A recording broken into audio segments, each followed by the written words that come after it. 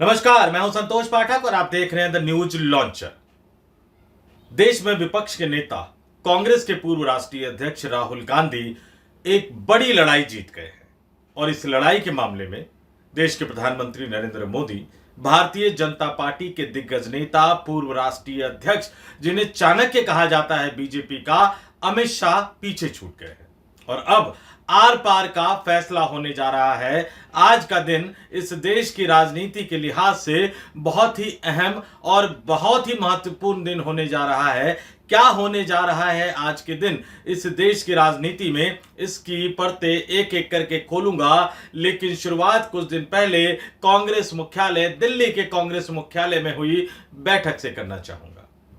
मल्लिकार्जुन खड़गे मौजूद थे, राहुल गांधी मौजूद थे, कांग्रेस के राष्ट्रीय संगठन महासचिव केसी वेणुगोपाल मौजूद थे और इस बैठक में बिहार कांग्रेस के दिग्गज बड़े बड़े नेताओं को बुलाया गया था। इसमें बिहार के नवनियुक्त प्रभारी कृष्णा अल्लावरू मौजूद थे, बिहार के नए नए प्रदेश अध्यक्ष बने राजेश राम मौजूद थे, पूर्व प्रदेश अध्यक्ष अखिलेश प्रसाद सिंह मौजूद थे, लोकसभा की पूर्व स्पीकर मीरा कुमार मौजूद थी और इसके अलावा भी बिहार प्रदेश से आने वाले कांग्रेस के कई बड़े दिग्गज नेता मौजूद थे।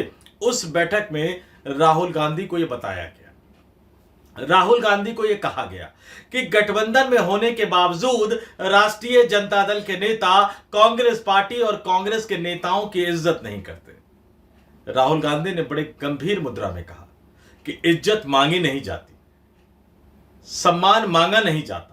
आप जिस दिन कांग्रेस पार्टी को बिहार की धरती पर मजबूत बना देंगे, जिस दिन कांग्रेस पार्टी बिहार की राजनीति में एक मजबूत राजनीतिक दल के रूप में उभर जाएगी, तो सिर्फ राष्ट्रीय जनता दल ही नहीं, सिर्फ सहयोगी ही नहीं, बल्कि आपके विरोधी यानी कांग्रेस पार्टी के विरोधी भी आपका सम्मान करने लगेंगे। और यह पहली लड़ाई राहुल गांधी ने जीत ली है।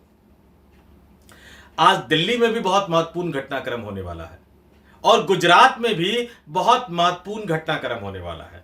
शुरुआत में दिल्ली से करता हूं। जिन राष्ट्रीय जनता दल के बारे में कांग्रेस के नेता ये शिकायत कर रहे थे कुछ दिन पहले कि वो राष्ट्रीय जनता दल तवज्जो नहीं देता है कांग्रेस को, कांग्रेस के नेताओं को, उस राष्ट्रीय जनता दल के फिलहाल सर्वे सर्वा आप कह सकते हैं, क्योंकि लालू यादव ने अपने राष्ट्रीय अध्यक्ष वाले तमाम अधिकार भी अपने बेटे तेजस्वी यादव को सौंप दिए हैं। तो राष्ट्रीय जनता दल के सर्वे सर्वा दिल्ली आ रहे हैं। किस लिए? कांग्रेस के राष्ट्रीय अध्यक्ष मल्लिकार्जुन खड़गे से मुलाकात करने के लिए, कांग्रेस के पूर्व राष्ट्रीय अध्यक्ष राहुल गांधी से मुलाकात करने के लिए और प्रदेश कांग्रेस के कई नेताओं की शिकायत लेकर वो आएंगे।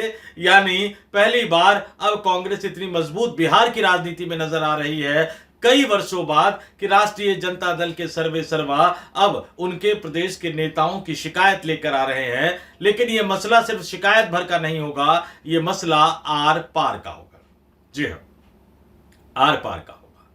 किस लिए तेजस्वी यादव आ रहे हैं, क्या उनके आने का एजेंडा है, क्या करेंगे आज वो दिल्ली आकर, ये तमाम चीजें बताऊंगा। लेकिन शुरुआत आपको करता हूं कि जब 18 जनवरी को राहुल गांधी बिहार के दौरे पर गए थे, कांग्रेस कार्यकर्ताओं को संबोधित किया, कांग्रेस के नेताओं से बातचीत की, फिर राबड़ी देवी के आवास पर गए, लालू यादव, राबड़ी देवी, तेजस्वी यादव, तमाम यादव परिवार के लोगों से मुलाकात की।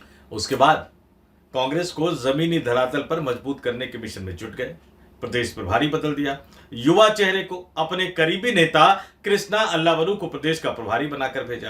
कृष्णा अल्लावरू बिहार के दौरे पर गए, कई बार बिहार के दौरे पर गए, लेकिन लंबे समय तक उन्होंने लालू यादव से मुलाकात नहीं की। अभी जब 7 अप्रैल को राहुल गांधी बिहार दौरे पर जाने वाले थे, उससे पहले हॉस्पिटल में देखने के लिए कृष्णा अल्लावरू लालू यादव के पास गए थे दिल्ली के एम्स में। लेकिन उससे पहले उन्होंने पटना में वो जितनी बार गए, ना उन्होंने लालू यादव से मुलाकात की, ना उन्होंने तेजस्वी यादव से मुलाकात की।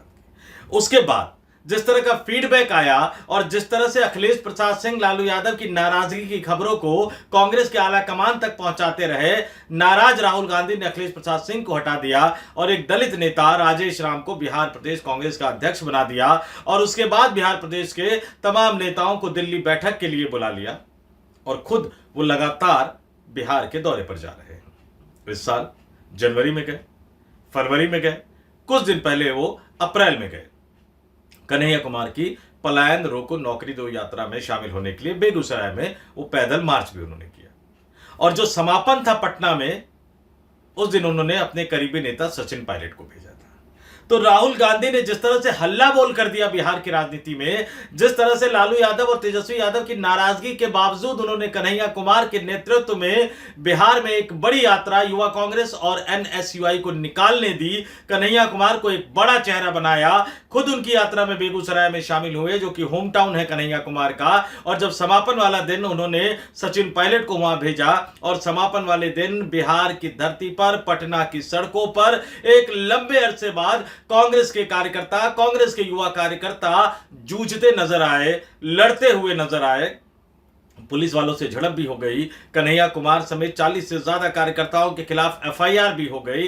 हालांकि जिस तरह से उन्होंने संघ पर और नरेंद्र मोदी के बारे में बोला था, उसको लेकर अगले दिन भारतीय जनता पार्टी के नेताओं ने कन्हैया कुमार के खिलाफ एक और एफआईआर दर्ज करवा दी। लेकिन इन तमाम कानूनी मसलों और उलझावों के बीच लब्बो-लुआब यह निकला कि कांग्रेस पार्टी बिहार में मजबूत होती हुई नजर आई, तो फिर तेजस्वी यादव को राहुल गांधी नजर आए, राहुल गांधी याद आए, मल्लिकार्जुन खड़गे याद आए। बिहार में एक बड़ी बैठक होने वाली है 17 अप्रैल को इंडिया गठबंधन के नेताओं को की सीट बंटवारे को लेकर।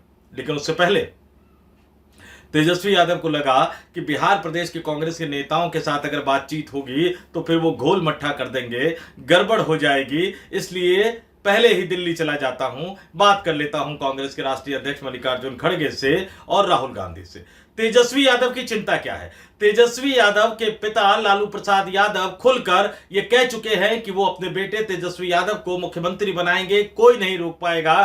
तेजस्वी यादव खुद भी अपने मुख्यमंत्री की इच्छा को जाहिर कर चुके हैं। राष्ट्रीय जनता दल बार बार ये कह रहा है कि तेजस्वी यादव इंडिया गठबंधन की तरफ से मुख्यमंत्री पद के उम्मीदवार हैं, दावेदार है। लेकिन कांग्रेस पार्टी के नेताओं से जब भी ये सवाल पूछा जाता है तो वो इस तरह का जवाब दे देते हैं जो कई तरह की खबरें पैदा कर देता है। कृष्णा अल्लाबरू, सचिन पायलट या कांग्रेस के अन्य नेता, और इन सवालों के जवाब जो है वो तेजस्वी यादव के दिल की धड़कनें बढ़ा देते हैं। तो अब तेजस्वी यादव ने, राष्ट्रीय जनता दल के नेता ने कांग्रेस पार्टी के वजूद को समझ लिया है, कांग्रेस पार्टी के वजूद को जान लिया है। तो पटना में होने वाली इंडिया गठबंधन की बड़ी बैठक से पहले वो आज दिल्ली आ रहे हैं। बताया यह जा रहा है कि कांग्रेस के राष्ट्रीय अध्यक्ष मल्लिकार्जुन खड़गे के आवास पर खड़गे साहब के साथ उनकी मुलाकात होगी और उस मुलाकात के दौरान यह भी हो सकता है कि राहुल गांधी भी वहां मौजूद रहे। अब एजेंडा बता देता हूं। सीट बंटवारा सबसे बड़ा एजेंडा। पिछली बार के विधानसभा चुनाव में कांग्रेस पार्टी को 70 सीटें दी थी, लेकिन कांग्रेस पार्टी का यह आरोप रहा कि उनको हारने वाली सीटें दी थी और इस वजह से कांग्रेस पार्टी सिर्फ 19 सीटें जीत पाई। हालांकि राष्ट्रीय जनता दल अब तक यह कहती आ रही थी कि कांग्रेस पार्टी के खराब प्रदर्शन की वजह से वहां पर विपक्षी गठबंधन की सरकार नहीं बन पाई, राष्ट्रीय जनता दल के गठबंधन की सरकार नहीं बन पाई। लेकिन कांग्रेस ने इसका तोड़ निकाल लिया है कि आपने जो पिछली बार 70 सीटें दी थी उसमें से ज्यादातर सीटें वो थी जो हारने वाली थी, इसलिए आपने कांग्रेस पार्टी को दे दिया। और इस बार कांग्रेस पार्टी को सीट तो 70 चाहिए, लेकिन वो सीट चाहिए जहां कांग्रेस पार्टी का जनाधार है, जहां कांग्रेस पार्टी अपने उम्मीदवार को विजयी बनाकर ला सके। और कांग्रेस पार्टी के उम्मीदवार अगर जीतते हैं तो निश्चित तौर पर इंडिया गठबंधन का फायदा होगा, क्योंकि राहुल गांधी खुद ये कह चुके हैं कि अलग अलग लड़कर नरेंद्र मोदी और नीतीश कुमार को नहीं हरा सकते, भारतीय जनता पार्टी और राष्ट्रीय स्वयंसेवक संघ को नहीं हरा सकते, भारतीय जनता पार्टी और जनता दल यूनाइटेड की गठबंधन सरकार को नहीं हरा सकते। सचिन पायलट भी जब पटना गए थे तब उन्होंने भी यही कहा था कि हम इंडिया गठबंधन के घटक दल के तौर पर लड़ेंगे। लेकिन कांग्रेस पार्टी ने यह भी साफ कर दिया कि इस बार राष्ट्रीय जनता दल की परछाई के तौर पर नहीं लड़ेंगे। कृष्णा अल्लावरू के शब्दों में कहूं तो आरजेडी की बी टीम के तौर पर नहीं लड़ेंगे, बल्कि बिहार की जनता के ए टीम के तौर पर लड़ेंगे। तो कांग्रेस को इस बार न केवल 70 सीटें चाहिए, बल्कि कांग्रेस को दमदार सीटें भी चाहिए, ताकि कांग्रेस ज्यादा से ज्यादा विधायकों को जिताकर बिहार के विधानसभा चुनाव में बिहार के विधानसभा में पहुंचा सके। अब ये तो हो गया एक मसला। लेकिन दूसरा मसला कि लगातार कांग्रेस पार्टी के नेताओं के बयान आ रहे हैं, चाहे वो गठबंधन को लेकर आ रहे हो, चाहे वो मुख्यमंत्री पद के उम्मीदवार और दावेदार को लेकर आ रहे हो। और इस बीच में कई कांग्रेस नेताओं के इस तरह के भी बयान आए कि अगर राष्ट्रीय जनता दल ने कांग्रेस पार्टी को पूरा सम्मान नहीं दिया तो कांग्रेस पार्टी अकेले ही बिहार की सभी 243 विधानसभा सीटों पर लड़ सकती है। और इस तरह के बयान राष्ट्रीय जनता दल के नेताओं के दिल की धड़कनें बढ़ा देते हैं, क्योंकि कांग्रेस का मुख्यमंत्री नहीं बनने जा रहा है, कांग्रेस की सरकार नहीं बनने जा रही है, कांग्रेस का बहुत कुछ बिहार में दांव पर नहीं लगा है। सरकार जब बनेगी विपक्षी गठबंधन की तो निश्चित तौर पर तेजस्वी यादव ही मुख्यमंत्री होंगे। और अगर कांग्रेस पार्टी अकेले चुनाव लड़ने का फैसला कर लेती है तो पप्पू यादव ने जैसा कहा, पुरजोर शब्दों में कहा कि अकेले राष्ट्रीय जनता दल लड़ेगी तो चुनाव नहीं जीत पाएगी, कांग्रेस का साथ चुनाव जीतने के लिए लेना पड़ेगा। कांग्रेस का बहुत कम दांव पर लगा है, राष्ट्रीय जनता दल अगर चुनाव हार गई तो अगले 5 वर्षों के लिए फिर विपक्ष में बैठना पड़ेगा। और क्षेत्रीय पार्टी का हाल होता है कि अगर बहुत लंबे समय तक अगर आप विपक्ष में रह जाते हैं तो फिर कई तरह की दिक्कतें, व्यवहारिक दिक्कतें कई तरह की आने लगती हैं पार्टी को चलाने में और पार्टी को एकजुट रखने में। आमतौर पर आज की तारीख में अन्य कई क्षेत्रीय नेता इस तरह की समस्या का सामना कर रहे हैं। तो उन कांग्रेस नेताओं की शिकायत भी तेजस्वी यादव करेंगे मल्लिकार्जुन खड़गे के सामने और राहुल गांधी के सामने। लेकिन सबसे बड़ा एजेंडा, सबसे बड़ा मुद्दा जिस पर हां लेने के लिए तेजस्वी यादव दिल्ली आ रहे हैं, और मैं क्यों कह रहा हूं कि राहुल गांधी ने एक बड़ी लड़ाई जीत ली है, क्यों नरेंद्र मोदी और अमित शाह पीछे रह गए हैं, ये मैं आगे आपको बताऊंगा। लेकिन जो सबसे बड़ा मुद्दा तेजस्वी यादव लेकर आ रहे हैं कि आखिर कांग्रेस पार्टी को इस बात की घोषणा करने में क्या दिक्कत है कि मैं मुख्यमंत्री पद का दावेदार हूं, मुख्यमंत्री पद का उम्मीदवार हूं। वो सीधे सीधे मांग करेंगे कि कांग्रेस पार्टी को आगे आकर यह घोषित करना चाहिए कि इंडिया गठबंधन की तरफ से तेजस्वी यादव मुख्यमंत्री पद के चेहरे हैं। और यहां कांग्रेस पार्टी अपना बड़ा दांव खेल देगी। कल बाबा साहब भीमराव अंबेडकर की जयंती थी, उसमें प्रधानमंत्री नरेंद्र मोदी पर बाबा साहब भीमराव अंबेडकर का अपमान करने का आरोप लगाते हुए कांग्रेस के राष्ट्रीय अध्यक्ष ने बाकायदा बयान जारी किया और उन्होंने कहा कि सेंट्रल हॉल में जो श्रद्धांजलि सभा के कार्यक्रम, पुष्पांजलि कार्यक्रम का आयोजन किया गया था, उसमें समय बदल दिया गया नरेंद्र मोदी के कहने पर, लेकिन उसके बावजूद भी नरेंद्र मोदी नहीं आए। कांग्रेस पार्टी ने कहा कि वो चुनावी कार्यक्रम में हरियाणा चले गए, बाबा साहब भीमराव अंबेडकर का उन्होंने अपमान कर दिया। तो दलित मतदाताओं को लुभाने की कोशिश के बीच कांग्रेस पार्टी, कांग्रेस के दलित राष्ट्रीय अध्यक्ष मल्लिकार्जुन खड़गे एक बड़ा दांव खेल सकते हैं तेजस्वी यादव के सामने। कांग्रेस की बड़ी शर्त रख सकते हैं कि आप मुख्यमंत्री पद के चेहरे हैं, हमें कोई दिक्कत नहीं है मानने में, सीटों पर भी बातचीत हो जाएगी, लेकिन अगर सरकार बनेगी तो आपको यह प्रॉमिस करना होगा, पब्लिकली प्रॉमिस करना होगा कि उप मुख्यमंत्री कांग्रेस पार्टी से होगा। जिस बात की घोषणा लालू यादव नहीं करना चाहते, जिस बात की घोषणा तेजस्वी यादव नहीं करना चाहते, आरजेडी नहीं चाहती है कि अगर वहां पर आरजेडी के गठबंधन वाली सरकार बने तो उसमें कोई और भी पावर सेंटर हो, यानी किसी और राजनीतिक दल का भी उप मुख्यमंत्री हो। और कांग्रेस एक राष्ट्रीय पार्टी है और कांग्रेस जैसी राष्ट्रीय पार्टी का अगर उप मुख्यमंत्री बिहार में लालू यादव, तेजस्वी यादव को बनाना पड़ा तो उनको यह लग रहा है कि लॉन्ग टर्म में, दीर्घकालिक अवधि में यह राष्ट्रीय जनता दल के लिए नुकसानदायक होगा, खासतौर से तब जब लालू यादव और तेजस्वी यादव की नाराजगी के बावजूद राहुल गांधी कन्हैया कुमार को आगे बढ़ा रहे हैं और आने वाले दिनों में पप्पू यादव को आगे बढ़ाने की योजना बना रहे हैं। तो ये शर्तें और ये मीटिंग का सबसे बड़ा एजेंडा होगा। और अब मैं क्यों कह रहा हूं कि नरेंद्र मोदी और अमित शाह पीछे रह गए। बैठकों का दौर शुरू, सीट, मुख्यमंत्री पद, इन तमाम घमासान को थामने की कोशिश की जाएगी। आज जब तेजस्वी यादव, राहुल गांधी और मल्लिकार्जुन खड़गे बैठेंगे तो आर पार का फैसला होगा। और वहीं दूसरी तरफ अमित शाह पटना के दौरे पर गए। पटना के दौरे पर जाकर मुख्यमंत्री आवास पर एक अने मार्ग पर गठबंधन, एनडीए गठबंधन में शामिल दलों की बैठक हुई, लेकिन फिर भी सीटों के मसले को वो नहीं सुलझा पाए। जीतन राम मांझी खुलकर सार्वजनिक रूप से कह रहे हैं कि अमित शाह ने उन्हें धोखा दिया, अमित शाह ने जो वादा किया था वो पूरा नहीं किया। वो 40 सीटें मांग रहे हैं।